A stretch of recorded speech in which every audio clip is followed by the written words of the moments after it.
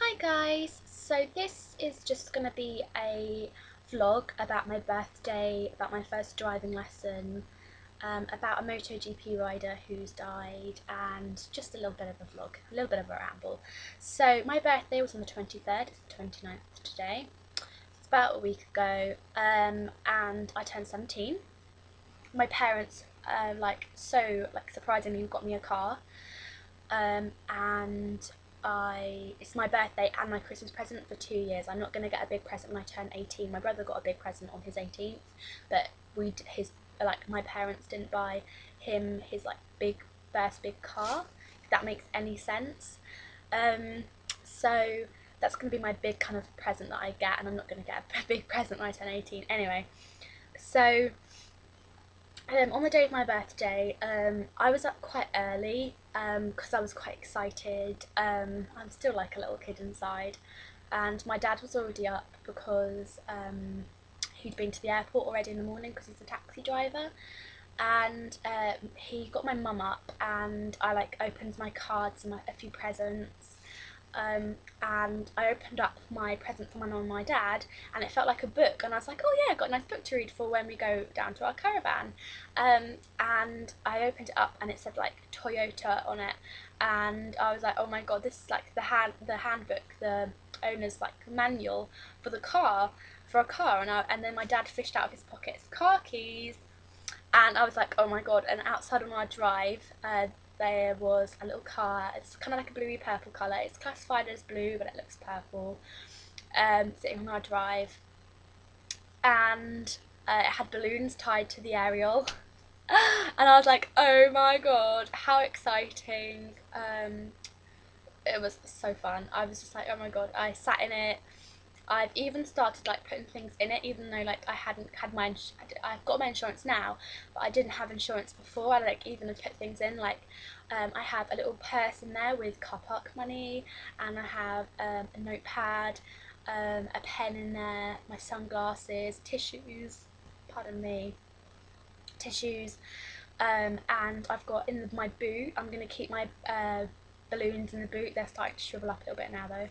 And I'm going to put my bulbs in my boot, but I've put a little a canvas bag full of carrier bags in there for when I go shopping, when I pass my test.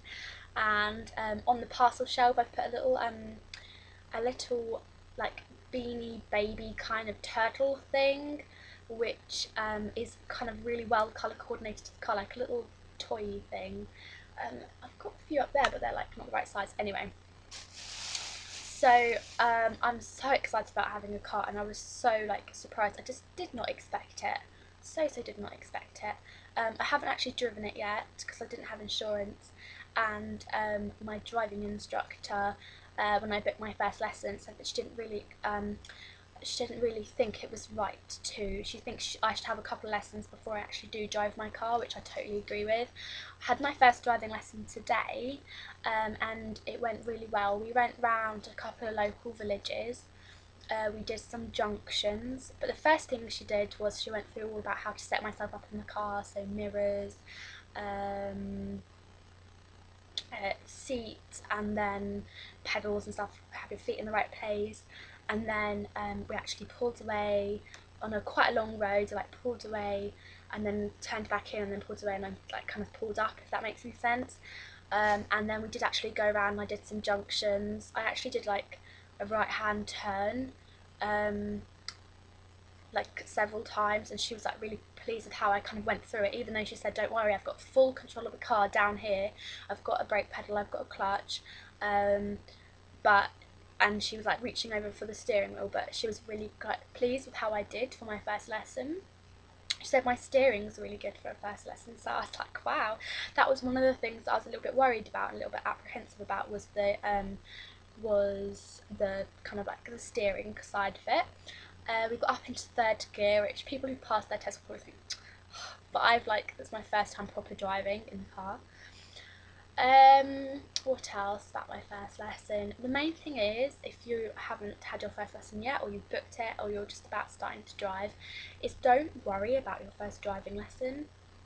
And really is all about practice, and the first lesson's the basics. And she said to me, don't worry, we're going to go through all of this your next lesson, because she said, I guarantee after today, with so much information, you've learned how to set yourself up, you've learned how to pull away, you've learned how to turn and everything like that. She's guaranteed you are going to forget some of the things, because it's like information overload. So don't worry, we'll go through it all next lesson as well, to refresh your memory. She said, and if only you take 5 minutes a day out of your time just to rethink of everything you do. There's lots of things like pom and possum and mirror signal maneuver. So just remembering the things, like you prepare, so you put yourself into gear, you have your you start your revs up to 1.5, and you release your clutch to I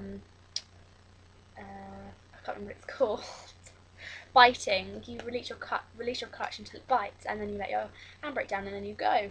Things like that, just remembering them. So really don't worry, your driving instructor will take you through everything. And I was a little bit apprehensive, mostly excited, but I was a little bit nervous as well. And it's fine. My driving instructor, she just went through everything really slowly. She said, if you have any questions, just ask. And she's like, don't worry, I have full control of the car, which is one of the things I was worried about. And I knew she'd have full control of the car.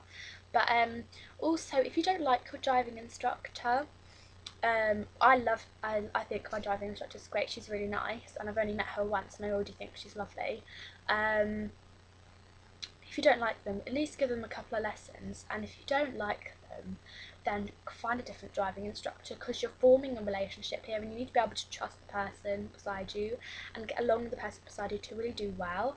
And it's one of the only things in life which you can actually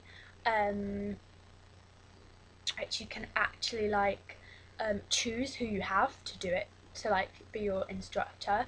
Like through college you can't really choose your teachers, school you can't choose your teachers. This is one of the chances that you get that's really important, because other people's lives are at risk. So yeah, anyway, that's enough about driving. I can't wait to get out of my car, but I do think I might have another lesson before I go out in my car with my dad. I am completely insured and everything to go out, but I think I might just wait for another lesson, because it would be good to practice in between, but she says we need to have a couple of lessons first, so the basics. She said, when I'm not having to help you with your steering, or I'm not having to help you with the pedals, there may be a little bit, but she was quite pleased with me. I'm quite short, so I have problems like my feet aren't big enough for the pedals. You're supposed to rest your foot on the ground, and you pivot it between the accelerator and the brake, but I can't do that because my feet are too short. So I actually have to like have my foot off the ground. So there's a few things you're just gonna have to get used to. But yes, I think that's it really. I just want to say rest in peace to Marco Simoncelli. I still can't quite believe that he died. He died on my birthday, the 23rd of October 2011. In Sepang, I don't even know how to say that properly, that's in Malaysia. He's a MotoGP rider, which means he rides a motorbike, and he was absolutely amazing, and I just can't even begin to think that he's not going to be racing anymore. It's crazy, and I just want to say, rest in peace, and how sorry I am to his friends and family, and how much of a great rider he was, and how much breath of fresh air he was to MotoGP, and how it won't be as interesting and as fun without him. So he was the one that I was always looking at, seeing where he was, and yeah, I just think it's such a loss. He's 24 years old and he had so much more potential. But on that note, I think that's the end of the video. Not really a lot more to talk about. Thank you for watching. If you have any questions or anything you want to write down, feel free to write it in the comments, and I'll see you all soon. Bye.